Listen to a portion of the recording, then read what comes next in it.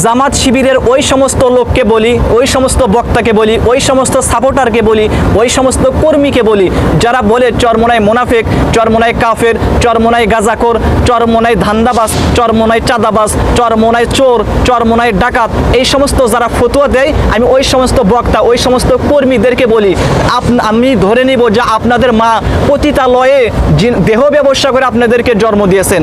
তার কারণ চরমোনাইয়ের ভিতরে লক্ষ লক্ষ আলেম আছে। কই আপনারা তো চরমোনাই জামাত থেকে বাইর হওয়ার কারণে আপনারা চরমোনাইকে এই সমস্ত কথা বললেন, কিন্তু জামাত ইসলাম যে আওয়ামী লীগের সাথে জোট করেছেন সারা বছর বিএনপির সাথে জোট করেছেন, কই আপনারা তো কোনোদিন বললেন না জামাত ইসলাম মুনাফিক, জামাত ইসলাম গাজাখোর, একটা কথাও বললেন না। বলেন আমাকে, চরমোনাইকে বলার আগে আপনার কর্মীদেরকে বলা উচিত ছিল, সাইদিদেরকে বলা উচিত ছিল, ঠিক কিনা ভাই? বুঝে থাকলে বলবেন, আর আমি ভুল বললে বলবেন।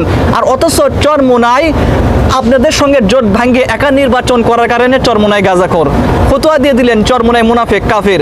অথচ নুরুল হক নূর 2018 সালে বা 19 সালে শেখ হাসিনাকে মা বলে ডেকে ভিপি হইলেন, পরে শেখ হাসিনার থেকে বাহির হয়ে আইসে আবার চরমোনাইতে যোগ দিলেন, সেখান থেকে বাহির হয়ে আপনাদের জামাতে যোগ দিলেন, সেখান থেকে বাহির হয়ে বিএনপিতে যোগ দিলেন, বিএনপিতে যোগ দেওয়ার পরে তারপরে আবার এমপি হইলেন, এমপি হওয়ার পরে এখন মন্ত্রী হইলেন।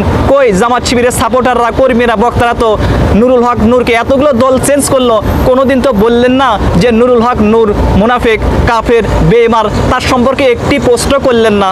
তার মানে বুঝে নিব আলেমদের লক্ষ লক্ষ আলেম চরমোনাইতে তাদের বিরুদ্ধে বললেন, তার মানে বুঝে নিব, আমি ধরে নিব মনে মনে যে যারা এই সমস্ত কথা বলে তাদের মা পতিতালয়ে দেহ ব্যবসা করে আপনাদেরকে জন্ম দিয়েছেন। তাছাড়া সবার বিরুদ্ধেই বলতেন, তাহলে ঠিক ছিল, কিন্তু শুধু একা চরমোনাইকে বলেন আর কাউকে তো বলেন না।